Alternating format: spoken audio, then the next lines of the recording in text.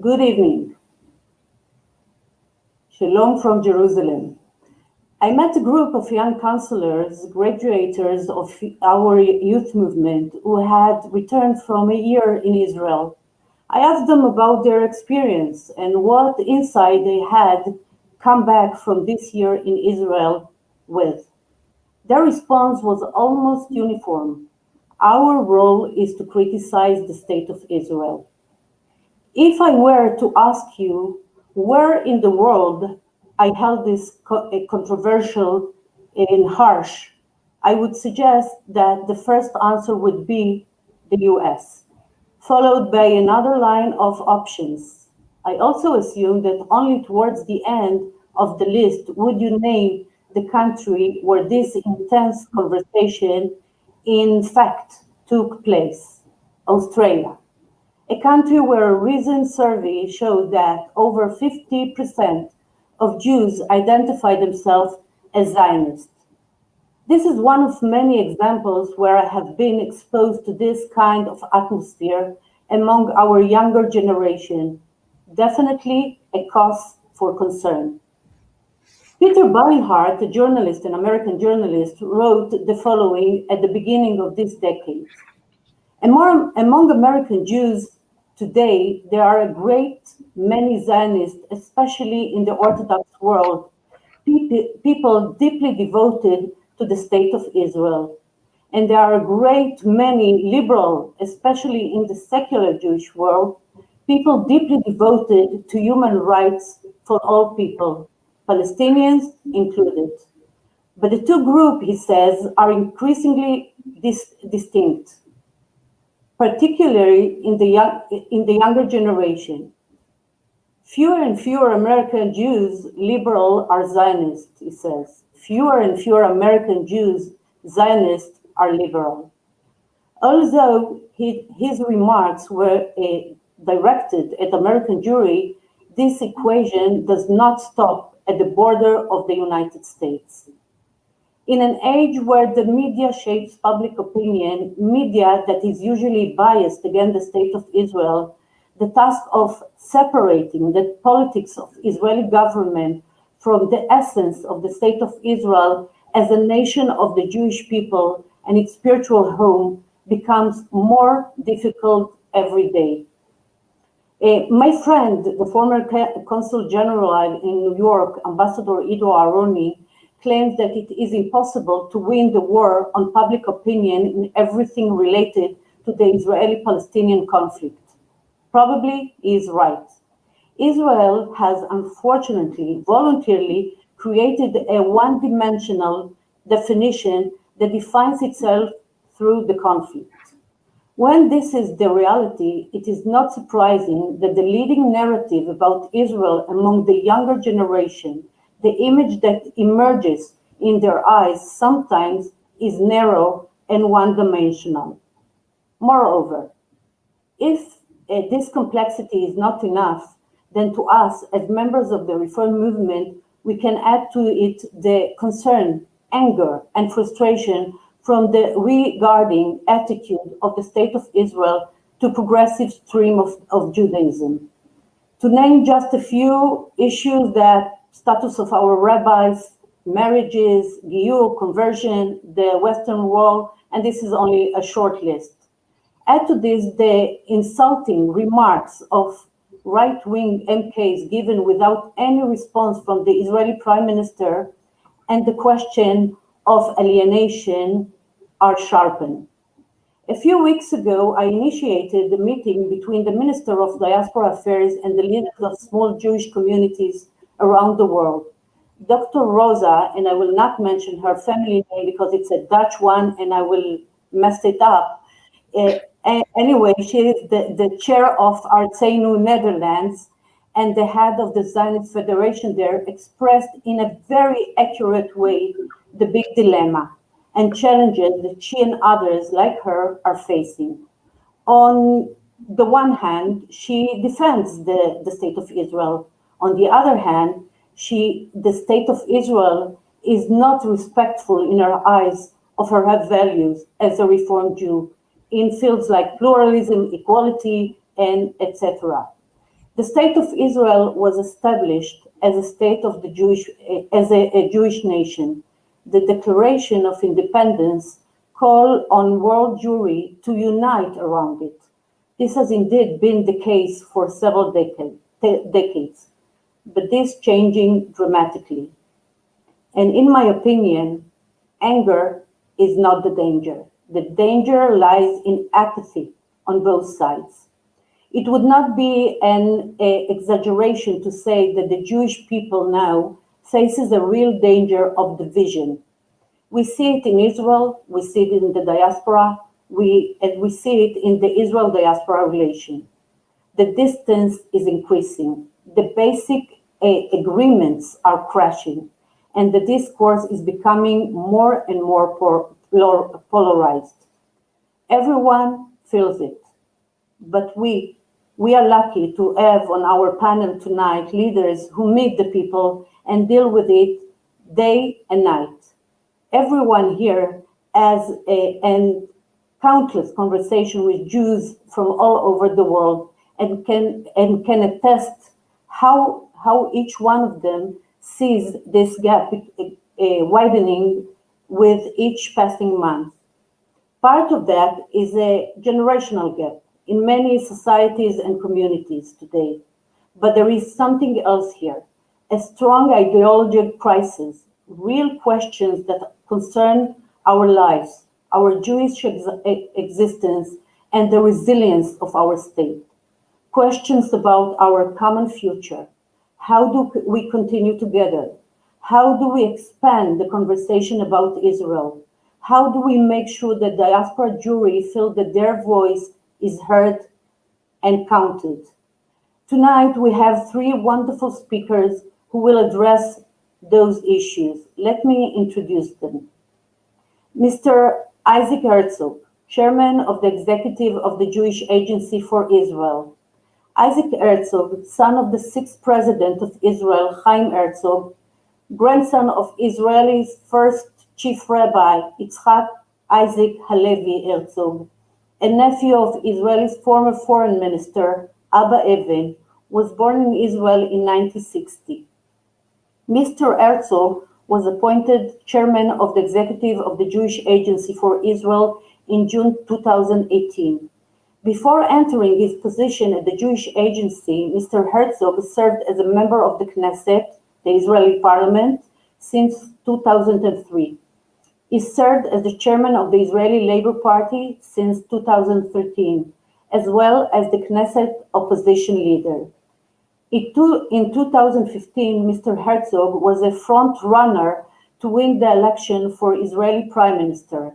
He led the alliance between the Labor Party and the Hatnuah Party to create Israel's largest center-left political party, and was the leading candidate to unseat Prime Minister Benjamin Netanyahu in the national election.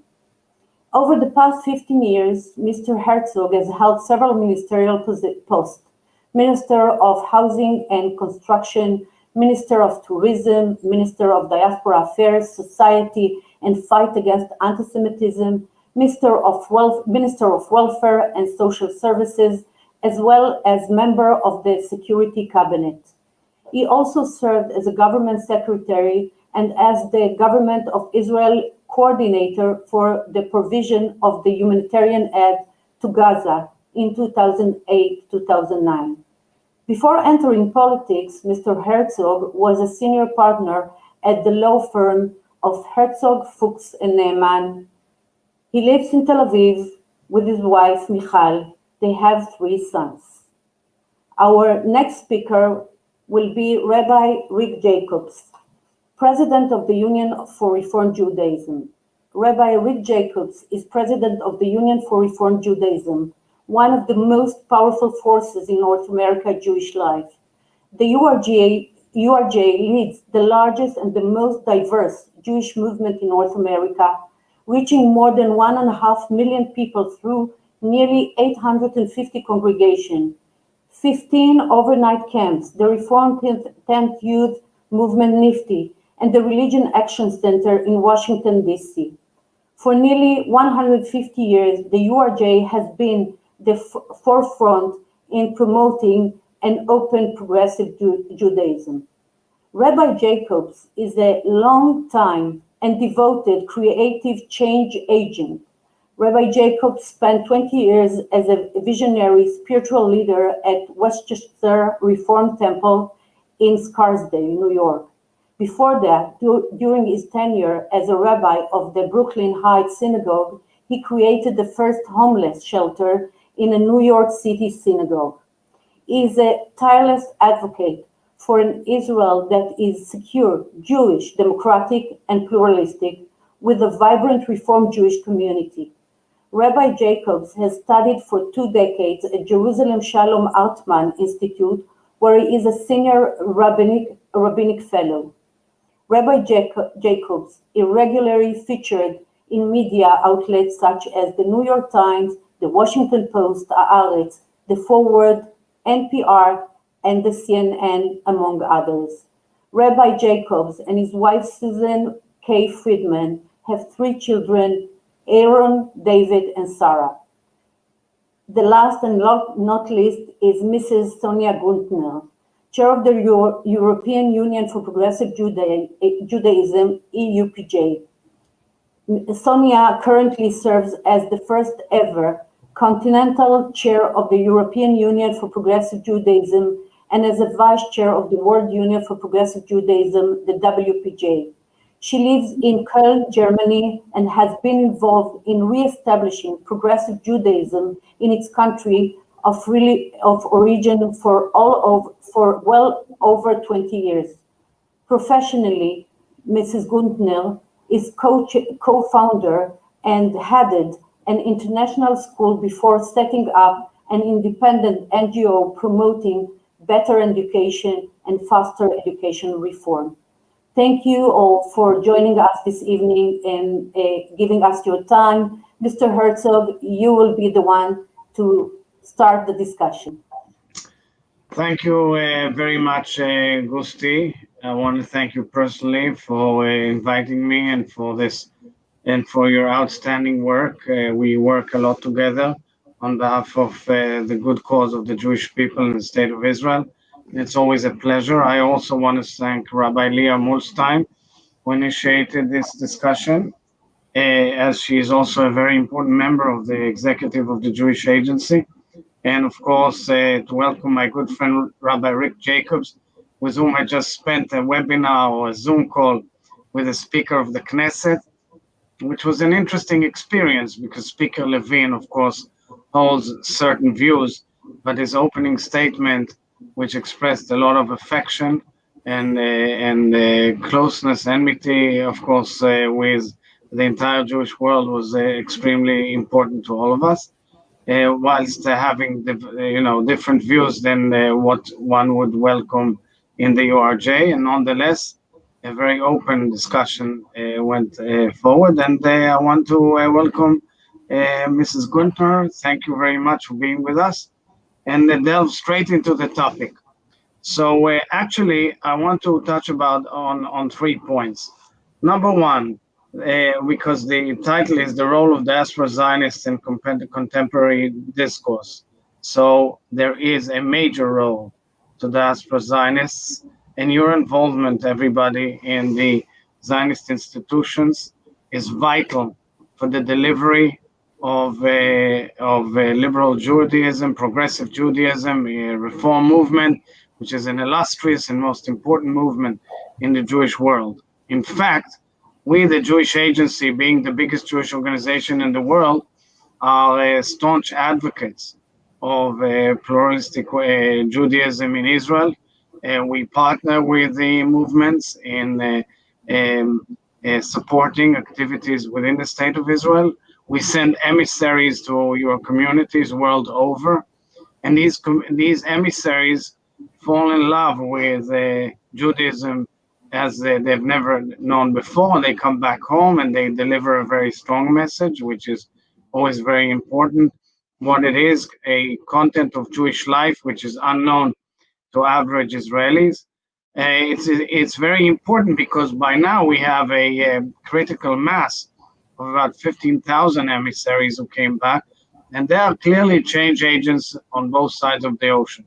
Now, there is an oxymoron here, whilst, as Gusti mentions, of course, on the established part of the establishment, Reform Judaism is not officially recognized in certain aspects, such as marriage and divorce. But I can tell you outright, and I clearly am standing behind this statement, there are major undercurrents underneath and major events that have recently I've noticed myself, including my own discussions with leading religious spiritual leaders of all camps in Israel, including some that you would deem as the most extreme of all, who are much more open to a dialogue with the reform and conservative movement than ever before in Israel. And this stems from the fact that Diaspora Zionists, who are meeting and discussing amongst themselves as leaders of all streams in various forums outside Israel, have impacted the discourse within Israel. So recently there was a real historical event in terms of Israeli public arena, whereby Rabbi Delphine Orviller, a famous and world-leading Reform rabbi from Paris, attended a common discussion with Rabbi Eliezer Melamed, who's a leading rabbi in the settlements and a leading rabbi in the Zionist religious movement, Orthodox movement. Thereafter, Rabbi Melamed came forward with a series of articles calling for an open and brotherly, sisterly discussion with the reform movement all over the world, which was which created a huge stir in those camps, but also was welcomed by many.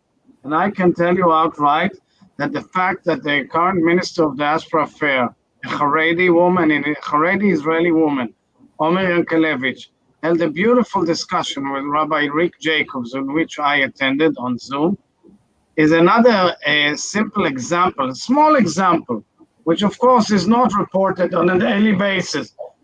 But for me, as somebody who's seen where things were 10 years ago, 15 years ago, 5 years ago, or 3 years ago, I can tell you that there is always a slow but important progress towards dialogue. And I believe that the reform movement should also rise to the challenge and welcome this dialogue, welcome this stretched hand, always, and have an open and frank discussions on all issues. The whole question of a nation state is always extremely complicated. And I think part of the problem with our youth, especially in North America, is something that it's kind of perplexing to them. What does it mean, a nation state, when we live in America with a certain set of values? Well, in a nation state like Israel, things look different.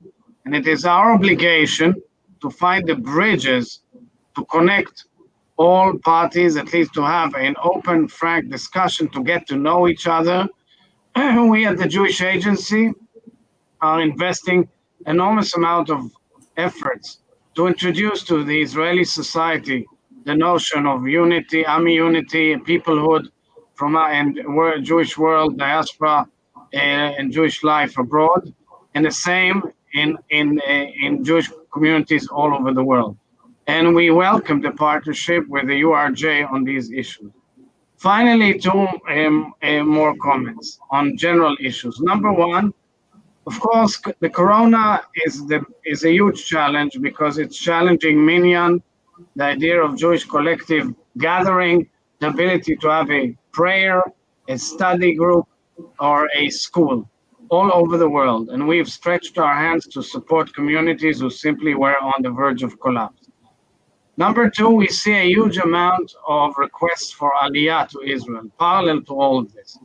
In a paradoxical way, there's an unprecedented wave of requests from all parts of the Jewish world, and I think it's a challenge we can all work on together. Lastly, the issue of anti-Semitism, which is a major issue, which we see on all sides of the spectrum. Clearly, also the political divide in these very troubling times it also looms above. At least I can say that on the issue of Holocaust negation, I'm happy I welcomed the new resolution of Facebook to make sure that no Holocaust denial will be put on the platform. I held a long discussion last night with Sheryl Sandberg about this and other issues pertaining to anti-Semitism on the web, and I hope that common and joint efforts will bring about change. But all of this together poses many challenges, and we only can overcome them together. I wish you all a great success in your deliberations in the upcoming Zionist Congress. Your voice is essential. Thank you for your leadership and for the great things you do. תודה רבה, Mr. Herzog. Rabbi Jacobs, please.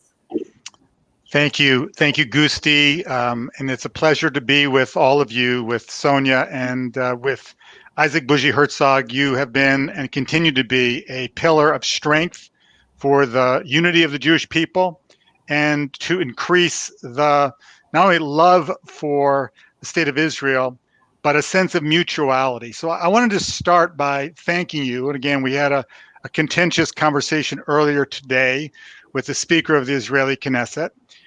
But you were and continue to be someone who brings us all together. Let us sit in a room. Let's have honest and important and even hard conversations. So I would state the obvious.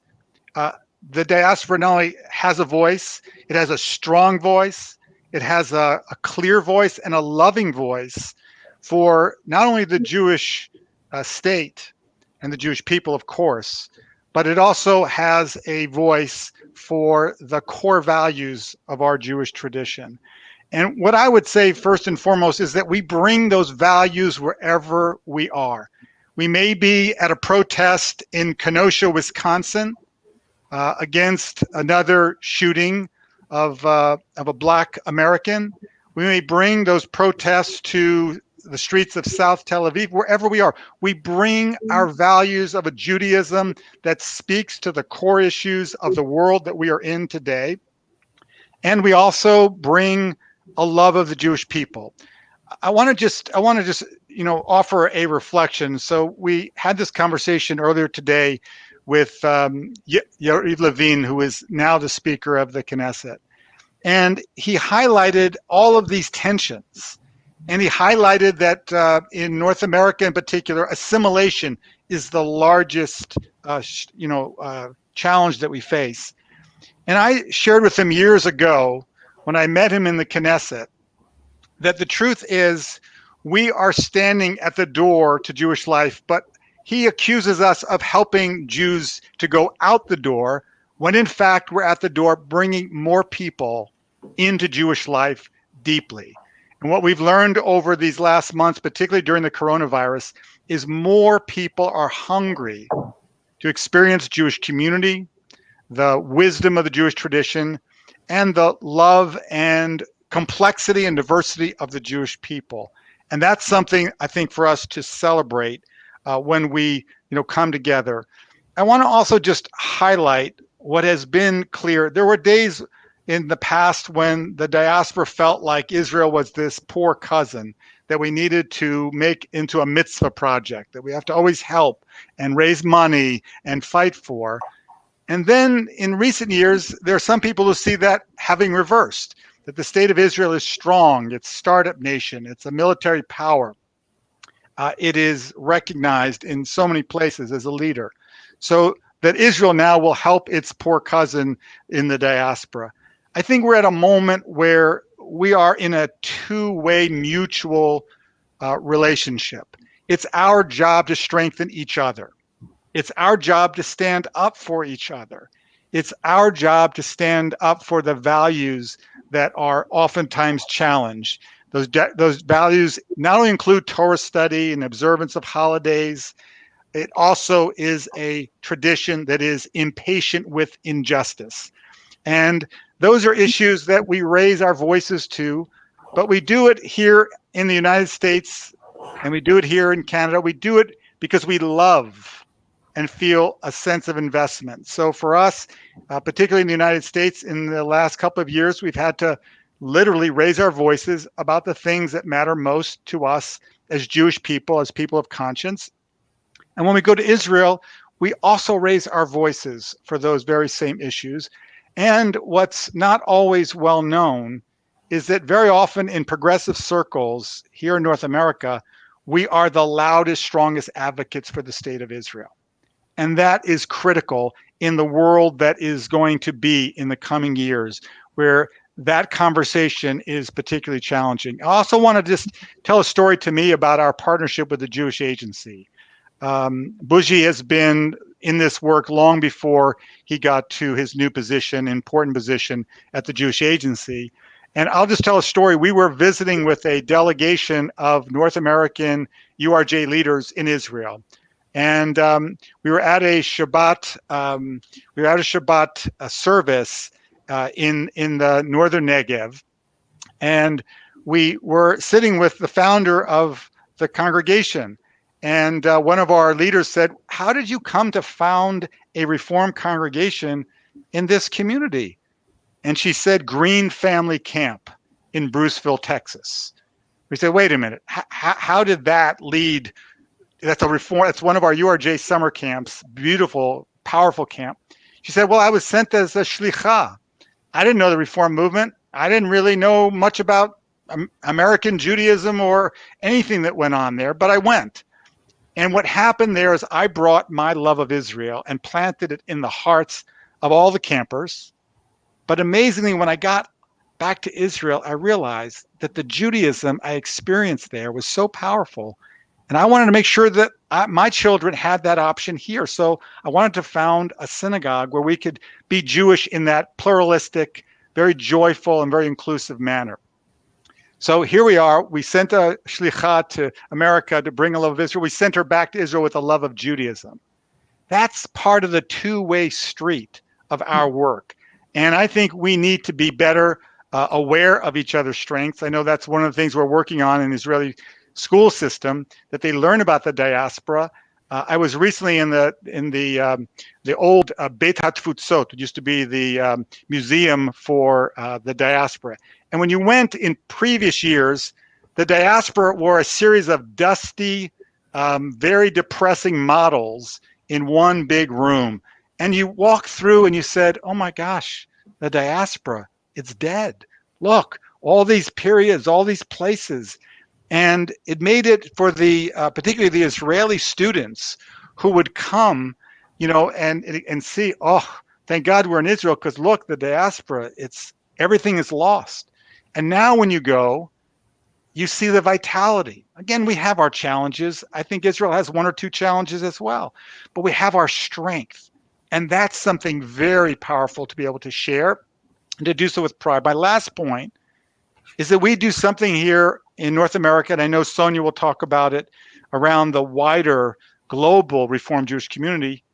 We particularly in North America, we get along with the Orthodox, the conservative, the Reconstructionist movement, the unaffiliated, because the truth is none of us have political power, and it levels the playing field.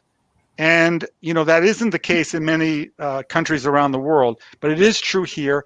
It means that we actually have some experience about how you live in a pluralistic Jewish environment where everybody has to be relevant, has to be compelling, not because the government said you are the preferred one or we're going to give more resources to you, but because you go out into the spiritual marketplace and you make your Judaism alive and well. The Israeli movement for progressive Reform Judaism is a vital and vibrant, living, breathing source of strength for the Jewish state and for the Jewish people. And that's growing. More people are becoming aware. So this is a moment where our voice is loud and strong from the diaspora. But I also think that within Israel, the voice of the Israel movement is loud and strong. And you'll hear from Sonia, the voice from around the entire globe. And we need to actually be able to be honest about where we are, each of us. But let's also keep our eye on the bigger prize, to be a Jewish people that loves and respects diversity, that is open and ready to work hard, roll up our sleeves, and fight for the things that really, really matter. And I think that's just who we are. And I'm excited on the eve of the World Zionist Congress for us to, use our muscles to work for the things that really are right now challenged, and to do so in a very vibrant, sometimes a very contentious Zionist conversation. But this is really a critical way for us to be the largest Zionist movement, which is something I'm very proud of. The Reform movement started off being beyond lukewarm to Zionism. We now, with full, open-hearted, deep commitment. But yes, we do have questions, and there are things that we challenge, and there are things that we critique, but it comes from a place of love. It comes from a place of engagement. So I look forward to the conversation with my colleagues as we move forward.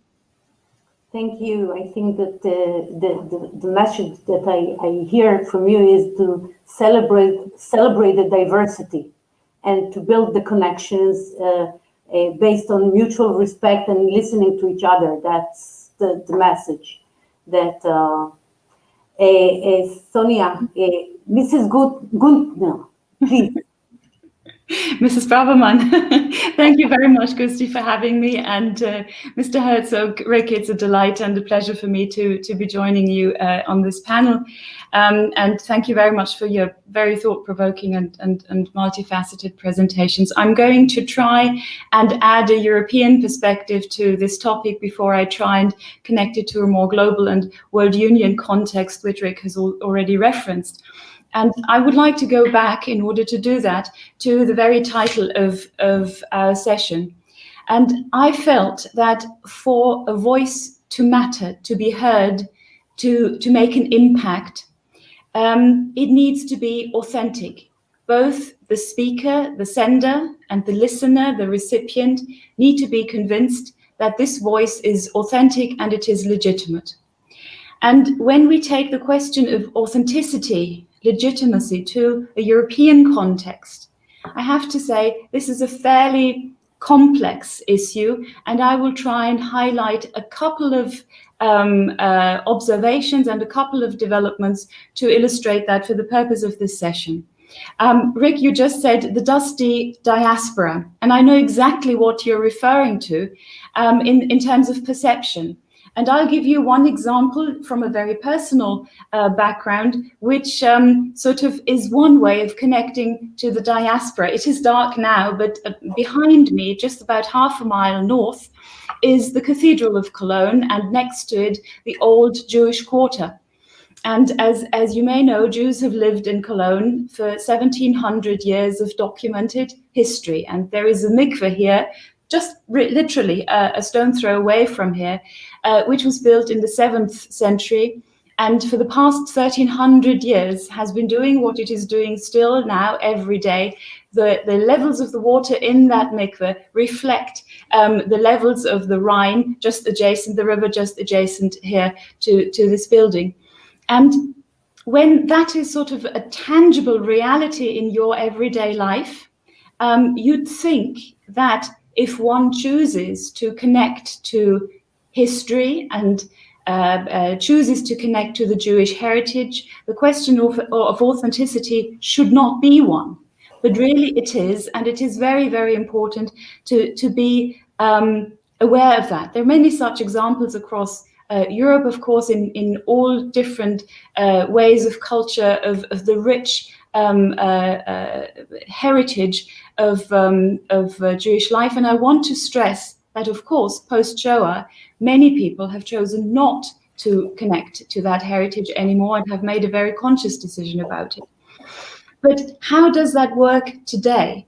How do sender and recipient connect to that question of authenticity today? And if you ask European Jews, and it's an extreme minority in Europe, many will have come across experiences where their authenticity as Jews was questioned.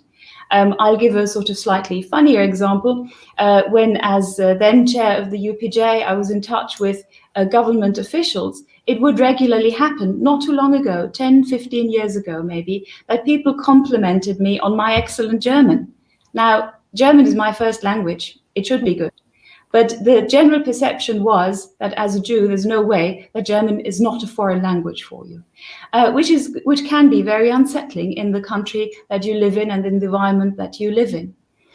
Likewise, there are many Jews who questioned whether Jews should even return to Europe, whether they should even wish to live in Europe, whether there's any point in trying to build a continued Jewish presence in Europe. And to remind you, and you're all aware of this in the progressive world, progressive Judaism has returned comparatively late to Europe. The first communities which were established post-Shoah were, interestingly, not all of them, but the vast majority of them, were interestingly set up by expats who came to Europe to live here for a while, international people who needed a community, only found Orthodox or traditional ones, and built progressive communities. Nowadays, in the past 10 years, that has changed completely. All the communities that we now see established, and we now have around 175 across Europe, all the recently founded communities were set up by local Jews, born into the culture, into the language, building a home clearly in their home countries. And I mentioned the examples: Italy, Spain, Poland, the Czech Republic, the Nordic countries now. Fantastic developments which we see, and clearly we see a change there in how the sender, in this case, connects to authenticity and legitimacy. That's a hugely important development. And one thing that I have noticed, and I'll be honest, I've reached out to a number of my colleagues in preparation for this session, asking them to please tell me, do they believe that our voice matters? Does it make a difference? Does it make a difference in Israel? Does it make a difference in North America? And I have to share with you the truth that most of them were fairly skeptical about that. But they said two things, and I think that's an important aspect for our discussion as well. They said, Israel matters to us, and the rest of the diaspora matters to us for different reasons. And I think we've seen in many of the new foundations that I've mentioned in congregations that once they've worked through the first difficult steps of establishing a community, making it work, making it function, one of the first things that often happens is that they'll establish an Artzenu branch. Because this identity as Reform Zionists is so important for them to express their Judaism, to find the spiritual connection to Israel, to connect among themselves, connect to other Jews, that this very often is a very, very decisive factor for the successful establishment of a community.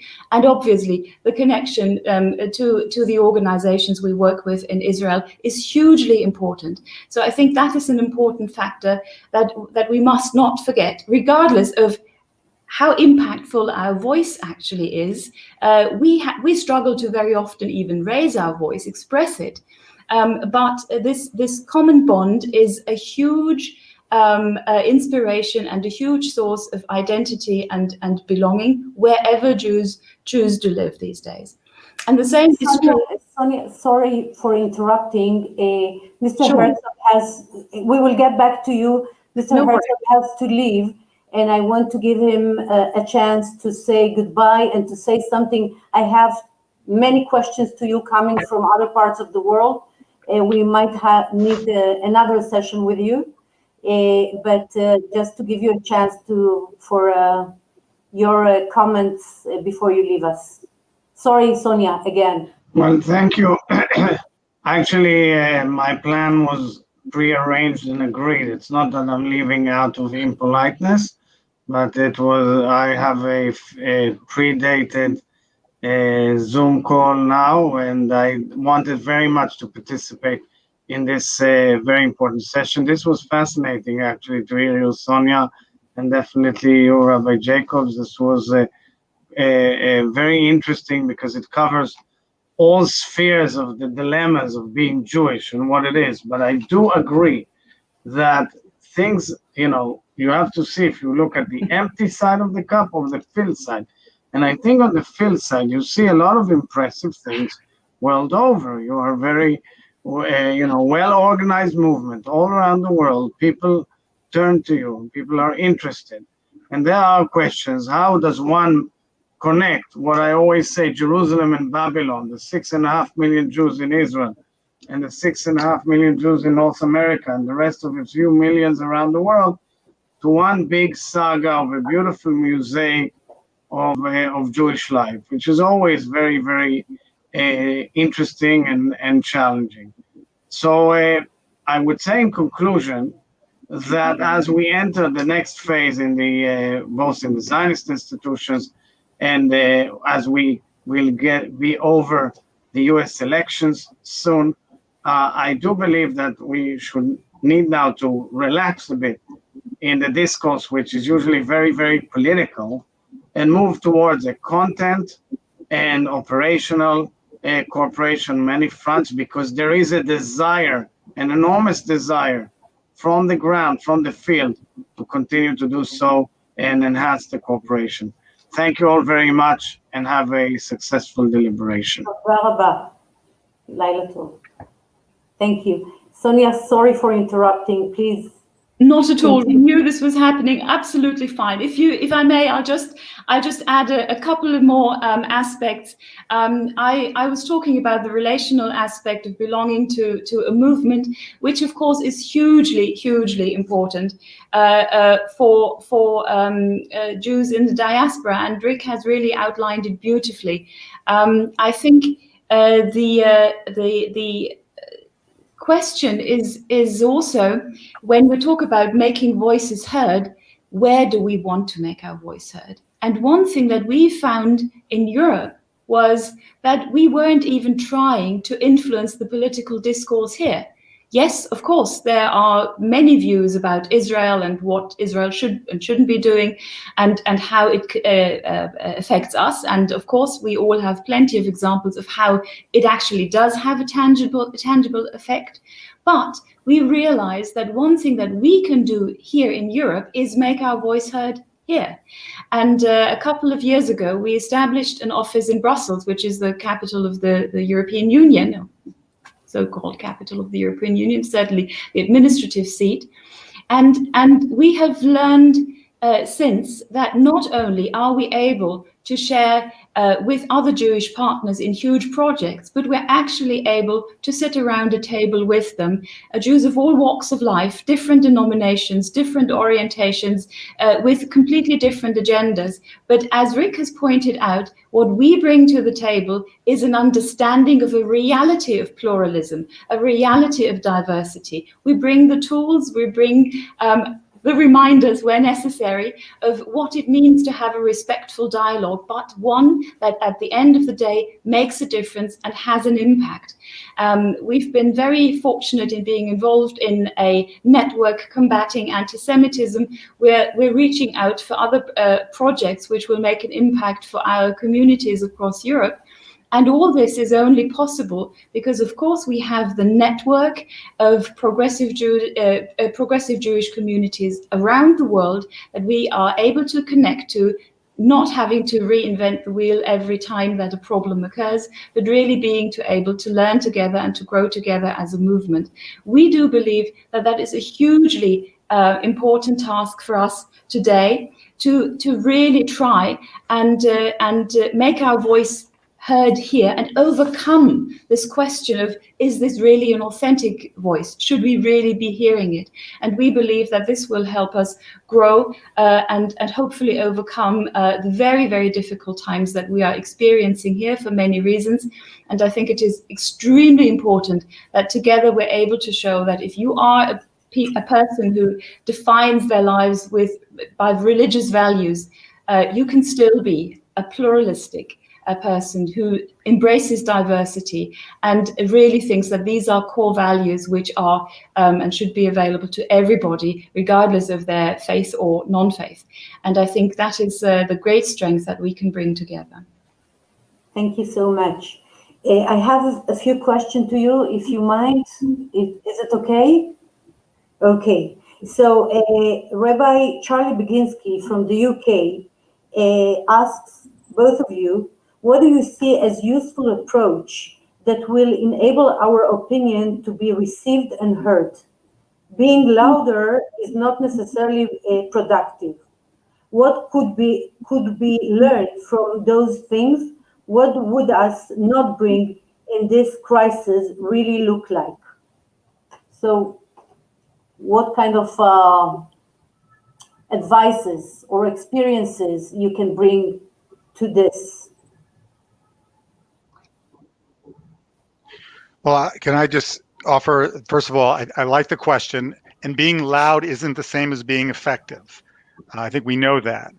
But I do think part of having our voice heard is that in Israel, they need to hear our voice also being raised here, where I am in North America, where Sonia is in Europe, for the state of Israel. So, for example, I was invited to address the Presbyterian convention with thousands of their delegates, and they were going to vote on a BDS resolution. And I called the Israeli ambassador, Ron Dermer, and I said, you know, I've been asked to represent the state of Israel. And on one level, he said, well, what they should ask me. I said, with all due respect, they asked me because they know that A, I love the state of Israel, but I also am willing at times to offer a critical voice. And we fought hard at that convention, and we were able to raise a voice for Israel. We didn't ultimately completely defeat the BDS, but it was a very public and a very appreciated fight. I got to Israel the next day, and I was contacted by the Prime Minister's office, who heard about my voice being raised in Columbus, Ohio, at this convention, and said, "We heard your voice. We heard your advocacy for the state of Israel." And I'm not suggesting that means that, you know, then the next time there's a crisis in Israel about the conversion bill or about the funding, equal funding of our movement, that they go, Rabbi Jacobs, what's your thinking? But they have to know that we love and stand up for Israel in sometimes very difficult circumstances.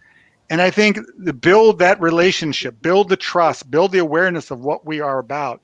When they think that all we do is criticize, that doesn't usually lead to mutuality. So I think we have to be strategic how we raise our voice, and that we raise our voice also, as we do, I know, loudly for Israel, the Israel that we love, the Israel that is articulated in the Declaration of Independence, and the Israel that sometimes we struggle with. I think that is one of the ways that our voice will be taken more seriously. But I will just tell you, I spend a lot of time in the Knesset when we're allowed to travel back and forth. And our movement is known. And the political leaders from across the spectrum know who we are, know that we lean in, and they know our Israeli leaders because they are also deeply involved and very clear. So I think we're making progress. But this is not a moment for us to be quiet because we think that, you know, we're not allowed to raise our voices. Sometimes we raise our voices and it's a song. Sometimes we raise it, it is a protest. And sometimes we raise it, it is just an emphatic, clear, substantive issue that we're speaking on. But let's learn to modulate our voice and pinpoint where it needs to go. I think one of the things that you said, and I was lucky to be part of it, is bringing opinion makers to the United States. I joined years ago a mission of journalists, and it's quite changing. It changes their mind when they come and they see and they experience. This is something that cannot be replaced with any other lecture they will be given in the state of Israel, and then you followed by politicians and so on, and we see the differences after they come back. One of them was the welfare minister now, which I met in the United States, and he was shocked, he was stunned to understand the numbers, the power that they cannot get it from here. So definitely this is one way to make Israeli, you know, it's the machanot kites, the camps. When they come to the camps, it's the politician, the journalist. When they meet the reform movement, sometimes it is a transforming experience for them in realizing what does it mean to be more than one way to practice Judaism. Mm. So definitely, this is inspiring what you were saying. Sonia, do you have anything to add to this? I full-heartedly agree with what Rick has said, and I think my two key points would be perseverance and resilience. One of the things we just have to keep going. This is a development. This is another exciting chapter in the long history of the Jewish people, and we have our opportunity now to contribute to it. And if I can go back to Europe in particular, the default perception of Judaism in Europe, in most countries, certainly on the continent, is orthodoxy or traditional Judaism, and which is, you know, not dissimilar to the situation in Israel, that progressive Judaism is being perceived as not the right kind, not properly Jewish. You know, we've heard all the various descriptions of that, and to actually sit at a table with Orthodox organizations and to say, look, we're not going to go away, especially in Europe, which, as you all know, is the continent during the age of the Enlightenment where progressive Judaism originated and came about. We do believe that this is an integral part of Jewish history, which cannot be questioned and which cannot be ignored. And some people, for various political reasons, or perhaps simply because they don't know better, may choose not to engage with it or may choose not to respect it. And of course, everybody makes their own personal choice. But to recognize and to appreciate the diversity within the Jewish existence in all ways and levels, that is one thing that progressive Jews have learned a lot about in terms of communicating it to the world around them, both the Jewish and the non-Jewish world.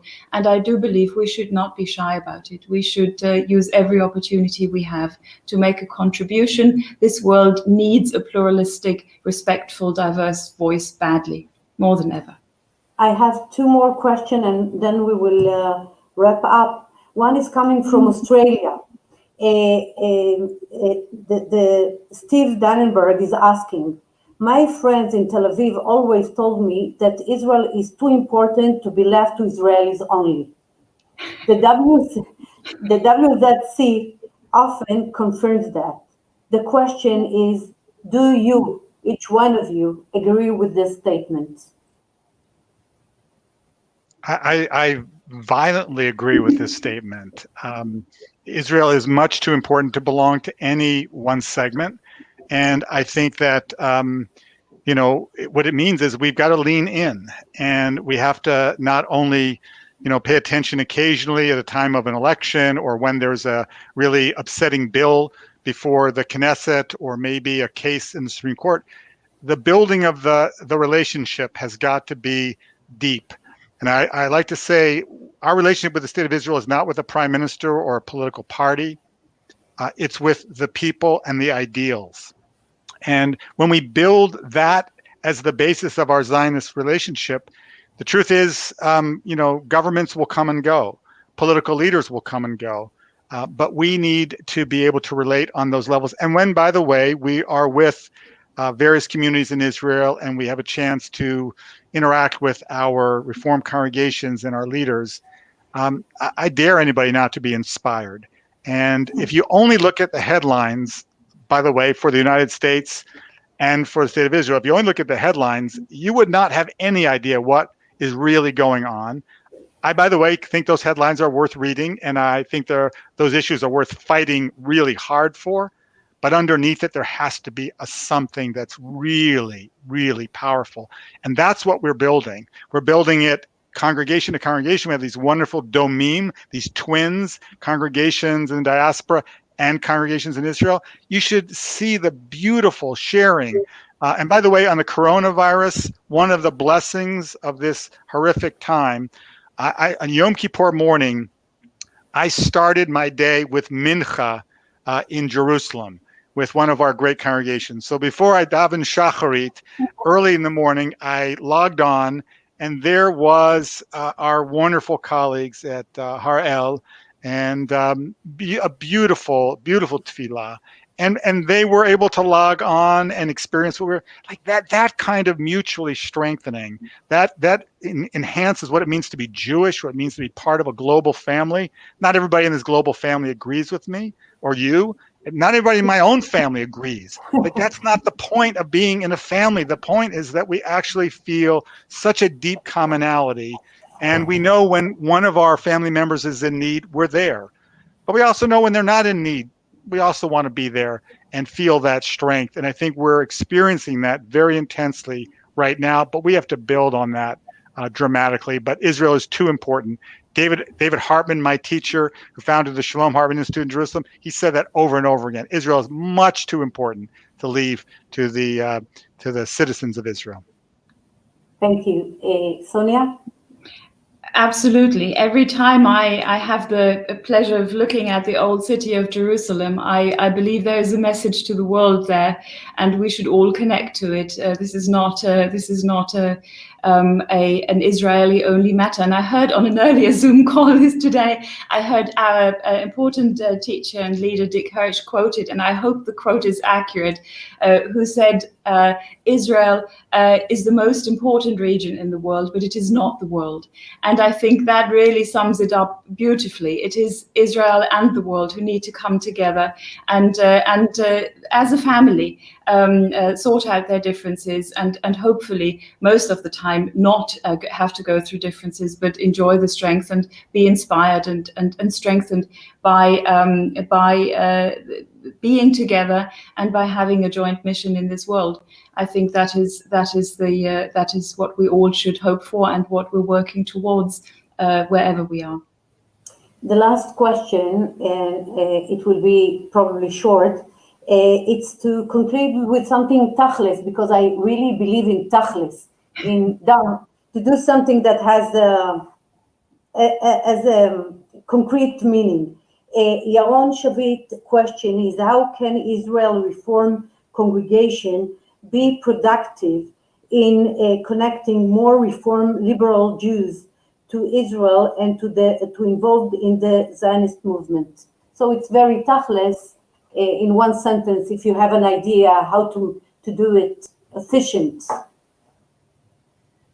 Well, first of all, coming from Yaron Shavit, who I know that when Yaron was not simply a leader of the entire movement, but in Mevaseret Zion, the ability to connect, whether it's a mechina and a young adult community here, whether it's a congregation and another congregation here, whether it's the social justice activists in Israel and there's so many different ways for us to do this. So the truth, Yaron, is we actually know how to do it. We just need to do more of it. Thank you. Sonia, not only Europe, we have the entire world. When sky will open up. Yes, well, to go back to Yaron's question, I think one of the good things that came out of this crisis is that we all learned how to use Zoom and how to connect digitally, and things that we were told were never ever possible now are possible. So one proactive thing which I know would be valued and very much welcomed in Europe is stronger connections, person to person, community to community. Maybe we can share Shabbat, have a Kabbalat Shabbat together, or maybe we can join in other activities. That would be a wonderful way of connecting. And it already happens in the Domim project and with very many individual attempts in communities, but I think we could have a lot more of it and it would be wonderful.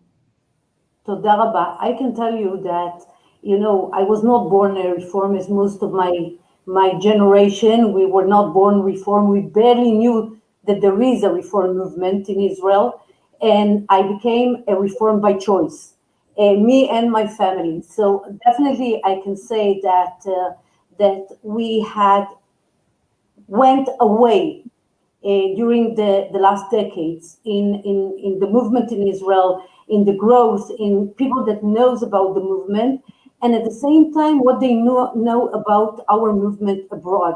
Because sending our kids to be at the summer camps, going for programs like Mochileros and other, to experience communities, not just to wander the world with no connection to Jewish communities and definitely liberal communities do have an impact on the relationship. And if I'm taking something that was said here, is that you are not going to give up on us. And I can tell you, we are not going to give up on you. So for us, I like to conclude with a phrase from Pirkei Avot that I'm very attached to. לא עליך המלאכה לגמור, ואין אתה חופשי להיבטל ממנה. So thank you so much, and it's only the beginning or one step on an endless path of collaboration and working together. So thank you so much for taking the time, and to those that were on Facebook, on YouTube, and to the Artzeinu that put together this wonderful, wonderful program. Thank you all. And בשנה הבאה בירושלים, literally. Amen, amen, amen. And thank you, Gusti. Thank you. It's a pleasure being with you, Sonia. Thank you.